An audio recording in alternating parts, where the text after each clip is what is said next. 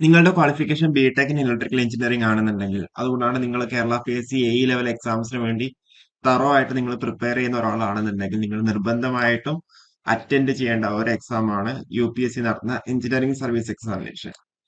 അതിന്റെ ഡീറ്റെയിൽസിലേക്ക് നമുക്ക് വരാം. അപ്പോൾ എക്സാമിനേഷൻ നോട്ടീസ് നമ്പർ 2/2026 ആണ്.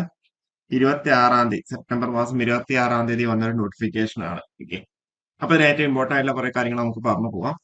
ഓൺലൈൻ ആപ്ലിക്കേഷൻ 26-ാം തീയതി സ്റ്റാർട്ട് ചെയ്തിട്ടുണ്ട്. ഒക്ടോബർ മാസം 16-ാം തീയതി വൈകുന്നേരം 6 മണി വരെ എന്ത് ചെയ്യാം, നിങ്ങൾക്ക് അപ്ലൈ ചെയ്യാൻ വേണ്ടി പറ്റുന്നുണ്ടാവും.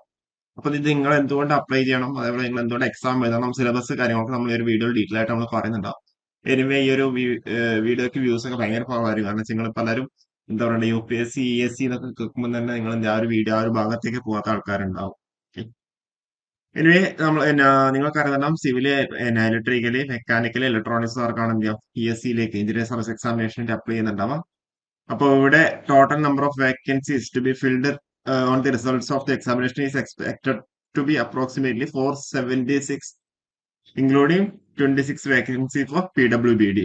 ഓക്കെ, അപ്പൊ അതിലേക്ക് വരാം. അപ്പൊ അതിൽ നിങ്ങൾ ഇലക്ട്രിക്കൽ എഞ്ചിനീയറിംഗ് ആണെന്നുണ്ടെങ്കിൽ ഗ്രൂപ്പ് AB സർവീസ് പോസ്റ്റുകളാണ് ഇവിടെ കൊടുത്തിരിക്കുന്നത്. ഇവിടേക്ക് ആയിരിക്കും നിങ്ങൾ എന്ത് ചെയ്യുക, പ്ലേസ് ചെയ്യുന്നുണ്ടാവാം. ഓക്കെ, നിങ്ങൾക്ക് അറിയുന്നുണ്ടാവും IRMSലേക്കും എന്ത് ചെയ്യാം അപ്ലൈ ചെയ്യാൻ വേണ്ടി. IRMSലേക്ക് എന്ത് ചെയ്യാം ഇപ്പം വീണ്ടും ESC വഴി തന്നെ അവരാളെ സെലക്ട് ചെയ്യുന്നുണ്ട്. മുന്നേ അത് സിവിൽ സർവീസ് എക്സാമിനേഷൻ ഉണ്ടല്ലോ, സിവിൽ സർവീസ് എക്സാമിനേഷൻ വഴിയായിരുന്നു ഉണ്ടായിരുന്നത്.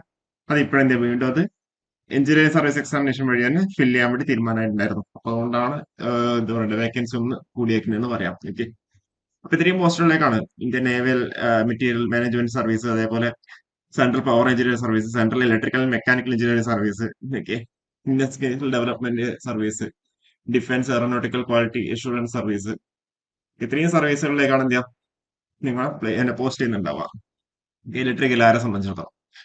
അതേപോലെ എക്സാമിനേഷൻ സെന്റർ ആയിട്ട് വരുന്നത് കൊച്ചിയും ട്രിവാൻഡ്രമാണ്. അതായത് പ്രിലിംസിന്. മെയിൻസിന് അവിടെ എക്സാം സെന്റർ ആയിട്ട് വരുന്നുണ്ടാവുക തിരുവനന്തപുരമാണ്. അവിടെ മെയിൻസിന് എക്സാമിനേഷൻ സെന്റർ ആയിട്ട് വരുന്നുണ്ടാവുക. Okay.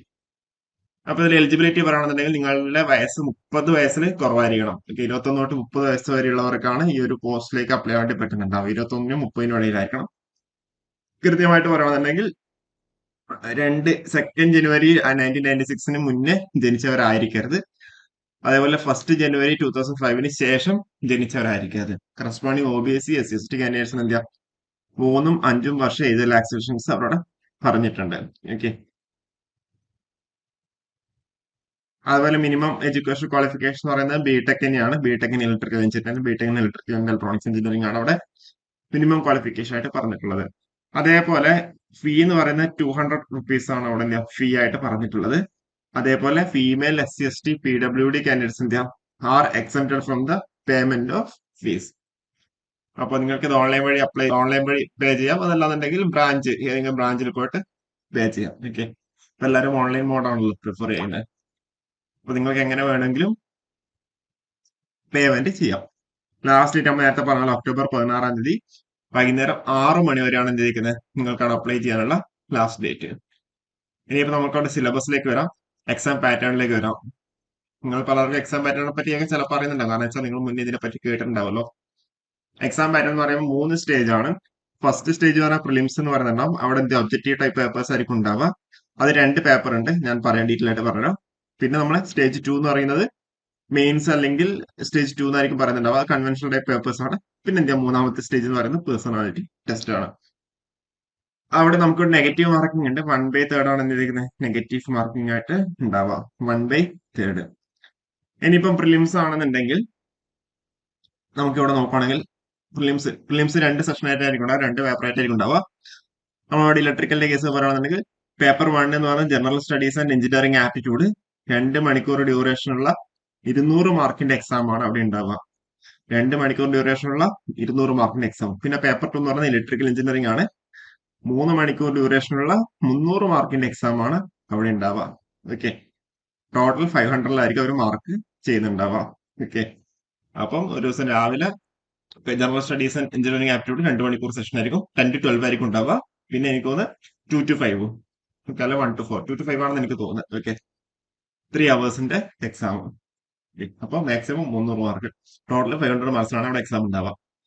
ഇനിയിപ്പോ സ്റ്റേജ് 2 എന്ന് പറയുമ്പോൾ നമുക്ക് ഇലക്ട്രിക്കൽ കേസിൽ പറയുകയാണെന്നുണ്ടെങ്കിൽ പേപ്പർ 1 ഇലക്ട്രിക്കൽ എഞ്ചിനീയറിംഗ് 3 മണിക്കൂർ 300 മാർക്ക്. ഓക്കെ. പിന്നെ അവിടെ ആ ഒരു കാറ്റഗറി 4 അങ്ങോട്ടും ഇങ്ങോട്ടും മാറിയിട്ടുണ്ട്. ഇവിടെ പേപ്പർ 2 ഇലക്ട്രിക്കൽ എഞ്ചിനീയറിംഗ് 3 മണിക്കൂർ 300 മാർക്ക്. അപ്പൊ ടോട്ടൽ 600-നാണ് അവിടെ മാർക്കിംഗ് വരുന്നുണ്ടാവുക. അതവിടെ എഡിറ്റിംഗിൽ വന്ന എററാണ്. അതേപോലെ ഇലക്ട്രോണിക്സ് ആൻഡ് ടെലികമ്മ്യൂണിക്കേഷൻ ആണ് കാറ്റഗറി 4 എന്നുള്ള ഇതിൽ അവിടെ കയറി വന്നേക്കുന്നത്. ഇത് ഇവിടെ വരേണ്ടതാണ്, അങ്ങോട്ടും ഇങ്ങോട്ടും എഡിറ്റിംഗിൽ വന്നൊരു ഇഷ്യൂ ആണ്. ഓക്കെ. അപ്പോൾ പേപ്പർ 2 എന്ന് പറയുന്ന മെയിൻ സ്റ്റേജ് പറയുന്നത് 2 പേപ്പറാണ് ഉണ്ടാവുക. കൺവെൻഷണൽ ആണ്. പേപ്പർ 1ഉം പേപ്പർ 2. പേപ്പർ 1ലും പേപ്പർ 2ലും ഡിഫറെന്റ് സബ്ജക്ട്സ് ആയിരിക്കും ഉണ്ടാവുക. അത് ഡീറ്റെയിൽഡ് സിലബസ് കാണുമ്പോൾ നമുക്ക് അവിടെ പറയാമായിരുന്നു. പിന്നെന്താ സ്റ്റേജ് 3 എന്ന് പറയുന്നത് പേഴ്സണാലിറ്റി ടെസ്റ്റ്. ഓക്കെ. അപ്പൊ അതിന്റെ ഡീറ്റെയിൽഡ് സിലബസിലേക്ക് വരുവാണെന്നുണ്ടെങ്കിൽ സിവിൽ ഇലക്ട്രിക്കൽ കേസിലേക്ക് വരാം. ഓക്കെ. ഇലക്ട്രിക്കൽ എഞ്ചിനീയറിംഗ് നമ്മൾ ഏറ്റവും എന്താ പേപ്പർ 1 നമ്മൾ പറഞ്ഞു. സ്റ്റേജ് 2-ൽ എന്താ കൺവെൻഷണൽ പേപ്പർ 1 ഉണ്ട്, പേപ്പർ 2 ഉണ്ട്. അപ്പൊ അതുകൊണ്ടാണ് പേപ്പർ 1 പേപ്പർ 2 എന്ന രീതിയിൽ അവിടെ കൊടുത്തേക്കുന്നത്. ഓക്കെ.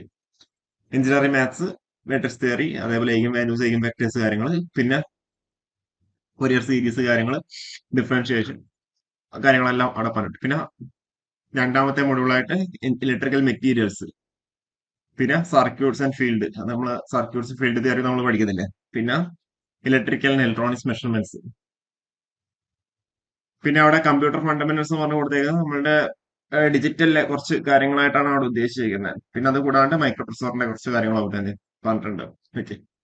പിന്നെ ബേസിക് ഇലക്ട്രോണിക്സ് നോക്കിയാണ് പേപ്പർ 1 അവിടെ കംപ്ലീറ്റ് ആയിട്ടുണ്ട്. പിന്നെ അവിടെ പേപ്പർ 2-ൽ പറഞ്ഞേക്കുന്നത് analogue and digital electronics, signals and systems, control systems, electrical machines, power system, power electronic devices. അതും കൂടി ആയി കഴിഞ്ഞാൽ എന്താ 2 പേപ്പറായി. പേപ്പർ 1 ആയി, പേപ്പർ 2 ആയി.